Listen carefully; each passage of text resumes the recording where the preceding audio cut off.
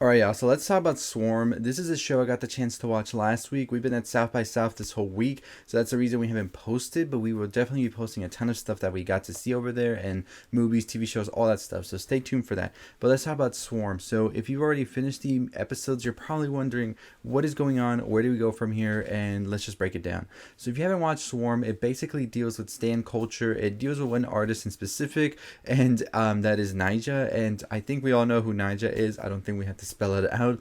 And I really did have so much like anticipation going into the show just from when I heard about it, and everybody involved in this. I think Dominique Fishback is great, Chloe Bailey, as well as all of the guest stars we have in here, because there is a slew of guest stars in here. And when I saw Billie Eilish in this, I was like, this is definitely going to have to be marketed. Billie has to post it or whatever, and she did, and I think that created a lot of buzz. But there's other people in here that are also in the show, including Paris Jackson. You also have Damson Idris and a bunch of other great personalities. And I think everybody in here did an amazing job with this. So this is made by Janine Nevers as well as Donald Glover, and you definitely feel everything about it in this show. So we basically are dealing with Dre, who has become sort of fascinated, infatuated, if you will, with the artist Nyjah, who is this like multi-platinum winning huge world artist, right? And she feels that she has a connection to her some way or somehow. Her and Nyjah are these like soulmates of sorts, and I gotta pull this little string here. But they are soulmates. They are always meant to be together, all of this. And along with her sister Marissa, she feels that they are going to meet her and their whole lives are going to change. Of course, Marissa, I think, deep down knows that it's like exciting about meeting Nyjah, and she would love that. She loves Nyjah, don't get her wrong. But I don't think that she has this sort of delusion that Dre has about Nyjah. So in the first episode, we eventually see that Marissa is dead. And this really affects Dre, as Marissa is now gone. And Marissa was like her only friend of sorts as well. She's been sort of ostracized from her family, and she doesn't have anyone else as well. She's just been Marissa and Nyjah. That's it. She's just been having a connection to both Marissa and Nyjah. And so when we see this happen, her death in the first episode, everything spirals down out of control for Dre, as we see her go on this crusade of trying to figure out what happened and what exactly does she do now. Throughout this whole journey, she meets several characters, and this becomes into a murdering rampage that she eventually falls into when she kills Marissa's boyfriend, who apparently was sort of cheating on her as well. And this sort of caused Marissa spiraling as well, leading into her death. And so that's her first victim that she goes after, and it is very brutal. I will say this show does a very good job at showing something very dark, very grimy, and it is just nasty. It's ugly, and I'm not saying that in a bad way. I'm saying like the show does a good job at really showcasing these sort of like killings in that way, where it's like, damn, it's like getting really dark here, right? And so we see her eventually going state to state, and this is all happening through chance, through things that happen. She eventually has to pivot, you know? And so we see her going on this rampage, just killing, eventually leading up to her own parents, where we find out that they weren't exactly her biological parents, but they pretty much took her in of sorts. And so this leads into that final confrontation with the parents, where they're pretty much like, it's your fault that we now have Marissa dead, and you were the worst thing, whatever, all of this.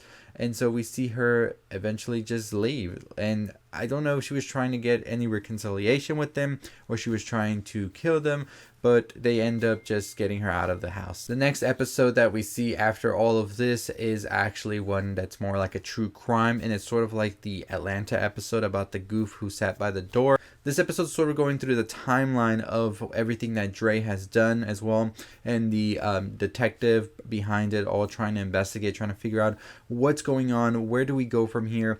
And I thought that this episode was great. It was very haunting the way it was done, and I really do applaud the creators and everybody involved in that episode, because it was so good. But what we eventually find out is that there is this detective, Loretta, who is sort of pinning it all and tracing it all back to Dre, which was kind of crazy, the way they were able to do it. And then they find at the end of the episode that Dre was actually in Atlanta and they have been caught, but now they're going by Tony. And so Loretta's like, I think we got it all. And that's pretty much where the episode ends. We don't see this confrontation between Loretta and now Tony. And so I thought that that was such a great way to end it. I think the next episode, in my opinion, is more what exactly happened in that episode 6 that made the arrest for Tony. Because what we see in episode 6 is they say Dre, who was now Tony, was actually caught trying to rush up the stage to try and get to Nyjah. And so this isn't the first time, though, that Tony has done something to try to get to Nyjah and it all goes downhill. There was that episode prior where they had bit Nyjah, and so everybody on social media was attacking them and all of that. But at the end of this episode, episode 6, we see that there is now this video of Tony rushing up to Nyjah. And in episode 7, we actually get to see Tony before all of this happens, I believe, because now we see Tony and they've changed their appearance, their demeanor and everything. It seems they're trying to do better, but at the same time we get subtle hints that there's still a little murderous tendency going on. They meet a girl, they sort of fall into it, and they eventually seem to be on the right track. They're going to have a happy life. They're meeting the parents. It's good. It's good for Tony, right? No, it turns out that things start to spiral once Nyjah's coming back into town, and it sort of is like an activation for Tony that makes them go a little bit more off the hinge. And we see that now they have gotten tickets for their girl and them to go see Nyjah, and she's just like, you know what? I've told you, Tony, I don't like Nyjah. I like her sister. And so, I mean, we know who this is talking about, but it's there. It's there for everybody to see. This very much so drives Tony into that murderous rampage again, as we see Tony kill the girl. And now Tony is there laying on the dead girl. And oh my god, it is so morbid. It's so dark. But eventually we see that Tony burns the body and they're going to go to the Nyjah concert without her. And now we have this whole thing of Tony arriving into the concert, realizing the tickets were still in the girl's pockets and they all burned. And now Tony's scrambling and they don't even worry about what happened to the girl or anything. It's just the tickets got burned. That's what they're panicking about and feeling sad about. And then they aren't even able to get the tickets again, so they have to go out and buy some. And of course Tony has no money, and what do? They pretty much kill the scalper. And now they take the tickets, they go to the Nyjah concert, and then when Nyjah comes on, rush to the stage, and then they get held back, but Nyjah's like, stop. Let them come through. When Nyjah comes into the light, however, it is Marissa's face on Nyjah's body. And then we have a whole moment with them and Tony appreciating Tony, even taking them back into the car and just cuddling them. And that's pretty much how the season ends. What the hell just happened? So I think that episode 6 was really our final episode timeline wise, when Loretta finds out that Tony has been arrested in Atlanta. And the reason is because at the end of that episode we get a sort of meta moment where we have Donald Glover on the red carpet talking about making a show about the case that Loretta is on. So we have this whole thing where this show, that everything we watch except episode 6 is the show itself within the show. So Loretta is the only one in real life, if you will, and the show that we've been watching as a viewer was the show that they made out of the real Dre, Tony now, and we've just been watching that show now. So you get what I mean? Like, the show we're watching is the show within the show. Episode 6 is the real show, and the rest of the season was the show that the people in episode 6 were watching that got made because of the real Dre, because you even notice that there is a difference between how they look and everybody involved here.